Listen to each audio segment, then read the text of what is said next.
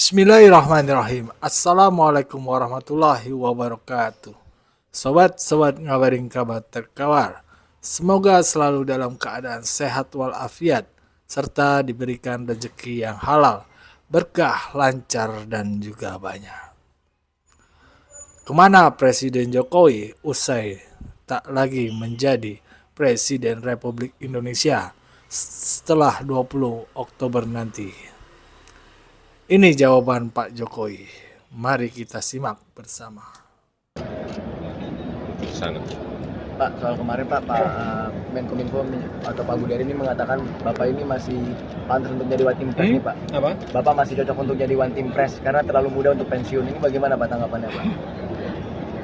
Saya mau pulang ke Solo. Terima kasih Bapak. Setelah lengser Bapak pulang ke Solo Pak. Terima kasih Bapak. Ya. Ya, Pak. Terima kasih Setelah lengser Pak. mau Saya kemana Pak? sampaikan Pulang pulang ke ke Solo. Solo. Tanggal 20 nanti pulang ke Solo. Ya, terima kasih Bapak. Terima kasih Bapak. Ya, begitulah kata Pak Jokowi. Pulang ke Solo. Pasca 24 Oktober pulang ke Solo. Setelah pulang ke Solo, ngapain? Nggak ada yang tahu. Apakah nganggur dulu atau berkebun atau apa? Nah, ini ada nih analisa dari Muhammad Qodari. Kemana setelah Pak Jokowi tak lagi jadi Presiden Republik Indonesia?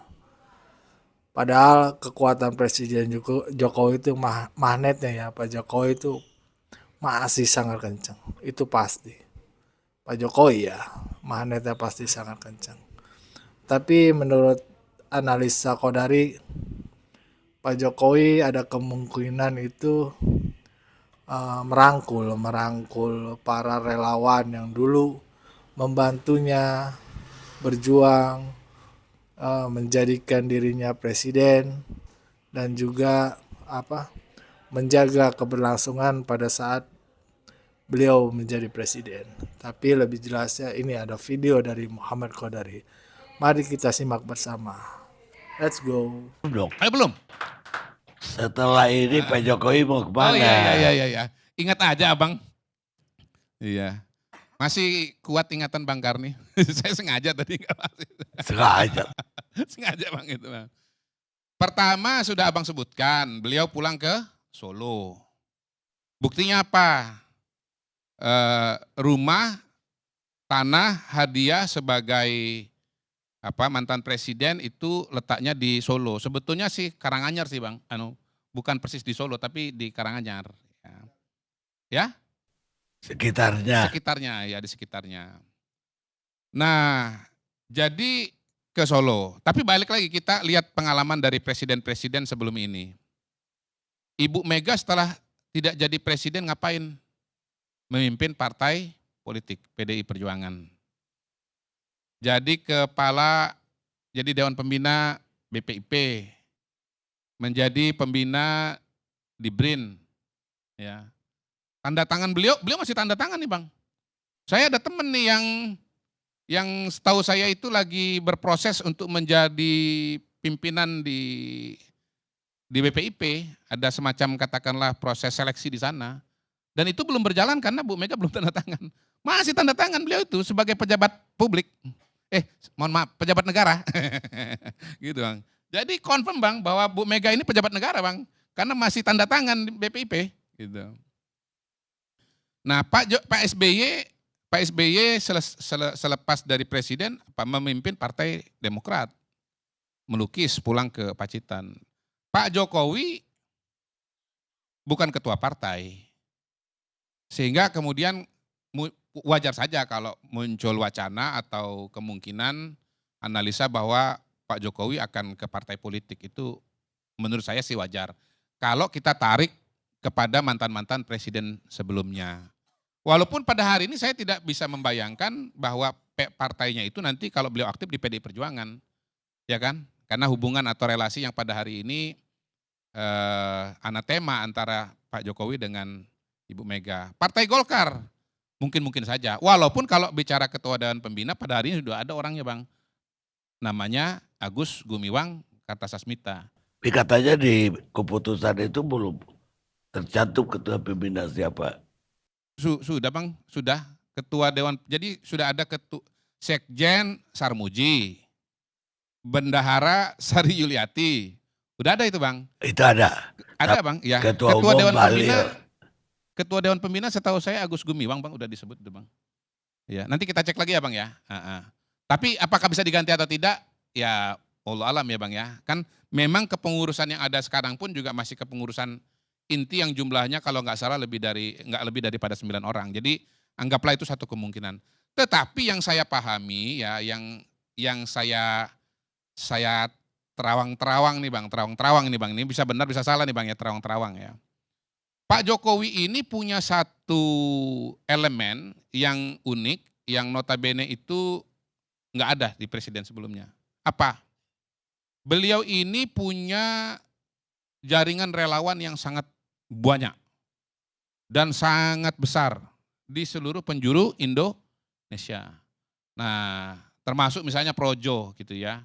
Dan banyak yang lain-lain itu, ya. Nah, ini semua saya lihat bisa jadi, boleh jadi akan menjadi perhatian Pak Jokowi ke depan, Bang. Nah, mungkin kalau misalnya belum cukup pernah kedengaran atau kira-kira apa sih yang akan dikerjakan oleh Pak Jokowi? Saya membuka kemungkinan lembaran itu. Bahwa Pak Jokowi itu akan ngopeni ya istilahnya ya. Mohon maaf kalau salah ini ya. Ini lidahnya bukan lidah Jawa ini, lidah Sumatera ini. Ngopeni, ngurusin teman-teman relawan yang ada di seluruh Indonesia. Gitu. Dari ujung Aceh sampai ke ujung Papua sana. Nah, kenapa itu mungkin terjadi? Karena Pak Jokowi adalah orang yang memang sangat merakyat. Energinya dia dapat dari masyarakat, dari rakyat. Dan yang namanya relawan ini itu datang dari berbagai macam latar belakang.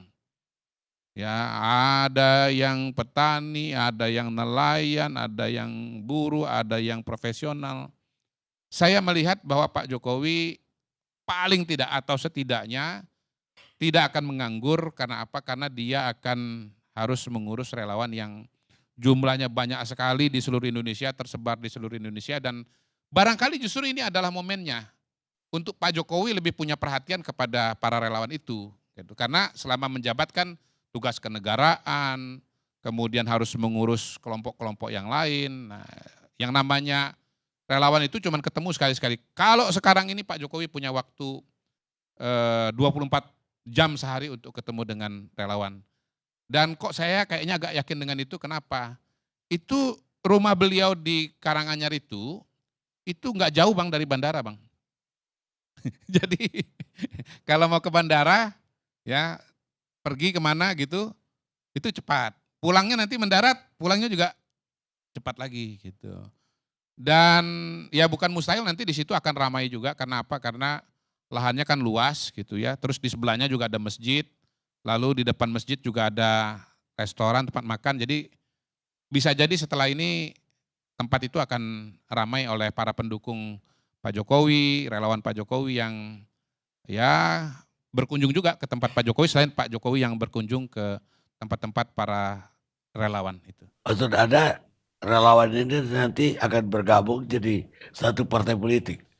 Saya nggak mengatakan begitu dan saya rasanya nggak melihat itu ke sana Bang. Jadi Pak Jokowi ini kan ketika terpilih ya sebagai gubernur lalu kemudian menjadi presiden, itu dia melahirkan sebuah fenomena yang relatif baru yang namanya voluntarisme politik Bang.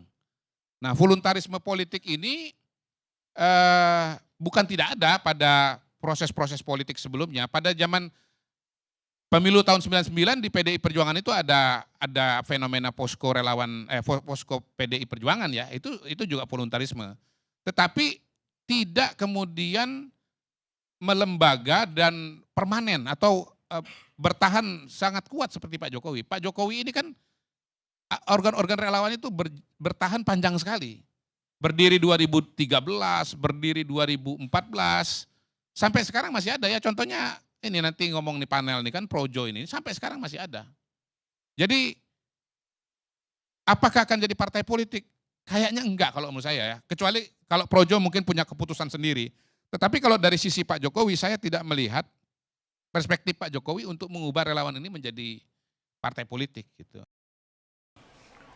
Ya, seperti itulah pandangan dari Muhammad Qodari.